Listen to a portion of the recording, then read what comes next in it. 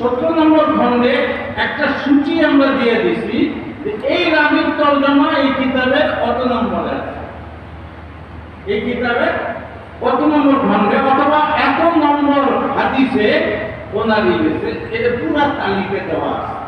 এটা পড়লে কেউ আলহামদুলিল্লাহ লেখার পরে প্রথমই আসলো সৌদি আরবের এক ভদ্রলোক doctor Mohammad Ahmad হাদিরি, Riyad king Abdul Aziz ইউনিভার্সিটির উলুমুল হাদিস বিভাগের শিক্ষক। তিনি হঠাৎ করে আমার অনুসন্ধান লোক লাগাইলেন, ওখানে একজন বাংলাদেশি ইমাম, সেই ইমাম সাহেবকে বলছে এই হুজুরের নাম্বারটা জোগাড় করে দিতে। ওই হুজুরা আমার ওইভাবে চিনে না, এখানে ড্যামলায় তার আত্মীয় আছে, তারে বলছে যে এই হুজুরের নাম্বার সংগ্রহ করে দেয়। ওই বছরও আমাকে চিনে না।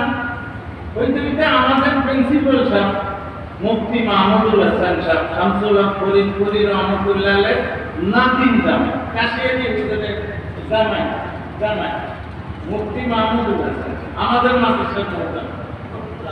হ্যাঁ, তো ওনাকে ফোন করে কয় আপনি আব্দুল মতিন সাহেব? উনি বলেন কেন? বলে ওনাকে তালাশ করতেছি। তো আমি আব্দুল মতিন না, বাকি আমার একই মাদ্রাসায় আমরা আছি, এই কি দরকার? আরবের এক শায়েখ ওনার নাম্বার দিতে বলেছে।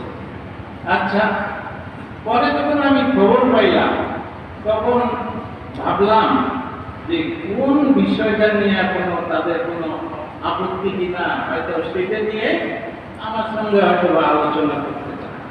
এরকম হতে পারে, যেহেতু কিতাব বের হয়ে গেছে 4 ঘন্টা 5-6 ঘন্টা। এরপরে মাগরিবের একদিন রমজানে মাগরিবের পরে শায়েখ ফোন দিয়া এরকম দোয়া দেওয়া শুরু করছে আমাকে, আরো বলার তো খুব দোয়া করে এরকম দোয়া শুরু করছে। তখন আমার ওই আশঙ্কাটা কাটে যাবে না, কোনো বক্সের জন্য না। হ্যাঁ, এই কিতাব লেখার পরে ওনাদের সর্বপ্রথম প্রতিক্রিয়ায় এটা আসছে আমার সামনে, বলতেছেন আমি এবং আমাদের এখানে আরো 2 জন নাম করে মাগরিবের পরে মোবাইলে নাম দিয়ে দিচ্ছেন যে আমরা আপনার থেকে ইজাজত চাইতেছি হাদিসে। এই প্রথম প্রতিক্রিয়া আরবের। এরপরে আমি যখন উমরায় গেছি তো 8 জন এরা, কেউ আছে মুদারিসুল হারামাইন শাইখুল হারামাইন, এবং কেউ বিভিন্ন উম্মুল কোরা ইউনিভার্সিটি আর Jeddah King Abdul Aziz University, এরকম কয়েক প্রতিষ্ঠান 8 জন তারা আমার কাছে ইজাজত নিচ্ছে। গতবার এক শায়েখ ইজাজত নিচ্ছে, আবার মিশর গেছি, ওখানেও 10 টাইম হয়েছে। সেখানে আমেরিকার ছিল, সেখানে সাউথ আফ্রিকার ছিল, এনারা বৈশা আবার এক 10। তো আল্লাহ তাআলার ফজলত করমে কিতাবের ওসিলায় একটা এরকমই সারা যাচ্ছে যে কোথায় আরো। এরপরে আমি যখন গেছি ওই 8 জন যখন ইজাজত চাইল, তা আমি বললাম আনতুম আলুল আরব আনা আগামী আনতুম তাস্তাদিজুনা মিন্নি। তো হেরা করতেছে যে শায়েখ আল ইলমু লাইসা বিমাউরুস, আল ইলমু লাইসা বিমাউরুসিন, আমাদের সবার জন্য কিন্তু এটা একটা ভালো শিক্ষা। বলতেছে এরকম তো কারো পৈতৃক না, অর্থাৎ বাংলাদেশে হইলে কি হবে? আপনি মেহনত বলতে চাচ্ছেন এটাই যে বাংলাদেশে হইলে কি হবে, আপনি এর জন্য মেহনত করছেন, আর আমরা আরবি হইলে কি প্রয়োজন ইজাজত দিয়েছি। পরে আমি ইজাজত দিলাম। বাস্তবত ঠিক কথা, কোথায় ইমাম বুখারী এলেন? ওই সময় আরবের লোক ছিল না, ছিল কিনা? ইমাম বুখারী এলেন কোথায়? বুখারা উজবেকিস্তানে। কোথায় আরব, কোথায় বুখারা? মেহনত করছে, আল্লাহ তাআলা ওনার এখানে আনেন না। ইমাম তিরমিজির কথাই ধরি, তিরমিজ, এটাও তো উজবেকিস্তানের মধ্যে পড়ছে। ইমাম তিরমিজি আলাইহির রহমান সেই কোথায় তিরমিজ, বুখারা তিরমিজ, এই উজবেকিস্তান থেকে এমন লোকজন মেহনত করছেন, তখন সবাই কথা বলছে যে মাতাল বুখারী রাহিমাহুল্লাহ ওয়ালাম ইউখাল্লিম মিথলা তিরমিজি রাহিমাহুল্লাহ, যে ওনার পরে তিরমিজির মতো এরকম পর্যায়ের কোন মানুষ উনি রেখে যান নাই। অথচ সবাই জানেন আপনারা ইমাম বুখারীর হাজার হাজার ছাত্র, কিন্তু বলতেছেন বিশেষজ্ঞরা যে ইমাম তিরমিজির মতো এরকম ব্যক্তি আর ইমাম বুখারী রেখে যান না। এখন ইমাম তিরমিজি আলাইহির রহমান যখন কিতাব লেখেন তখন তো আরব ছিল, আরব তো ছিল, কিন্তু উনি যখন মেহনতে আগায় গেছেন, এলেমও কি হয়েছে আগায় গেছে।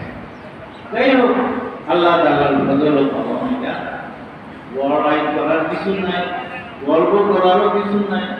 আল্লাহ তাআলা তৌফিক দিয়েছেন হিসাবে মনে করি। আর সকলের কাছে দোয়া চাই। ওই দিনও মজলিসে আমি দোয়া চেয়েছি। এই জীবনের এই 11-12 বছর এই কিতাবে, আর পড়ানোর ক্ষেত্রে ওই যেমন বলেছেন 26, 27, 28 বছর ধরে পড়ানোর। তো এই কিতাব এবং কিতাবের পূর্বে যে প্রস্তুতিমূলক যে কাজগুলো যেগুলি বললাম একটু আগে, এই কাজের যে সময় লেগেছে, এখন মনে হয় লেখার সময় এতটা মনে হয় না। যে এই পুরো টাইমের এই মেহনত আল্লাহ পাক যদি কবুল না করেন, তাহলে এই পুরাটাই বাচ্চায়, পুরাটাই বিফল হবে। মানুষ যত জিন্দাবাদ বলুক, মানুষ যতই এটাকে সাধারণ গ্রহণ করুক, কিন্তু আল্লাহ পাকের কাছে কবুল না হলে কোনো মূল্য নাই, আমার সব শেষ। এই জন্য সকলের কাছে আমি দোয়া চাই, আল্লাহ পাক যেন কবুল করেন, আমার আখিরাতের জখিরা বানায়, আমার নাজাতের ওসিলা বানায়। এ আল্লাহ পাক এটা করলে আমি সব। দ্বিতীয় কথা যেটা, এই মাদ্রাসার নাম শুনেছি, বিশেষ করে প্রতিষ্ঠাতা হযরত মাওলানা কায়েদ সাহেব রহমাতুল্লাহ, ওনার কথা ছোটবেলা থেকে শুনছি আলহামদুলিল্লাহ, কিন্তু আসার সুযোগ হয় নাই। এইটা ওই কিতাবের ওসিলায় হুজুর এতে কইলেন, কিতাব না হইলে এটা আমাদের চিনতেও না, ডাকতেও না।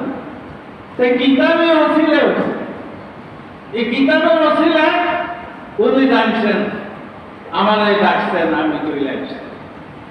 যেহেতু প্রোগ্রাম করি না, ওই জন্য কোনো থাকে না, ভিড় থাকে না।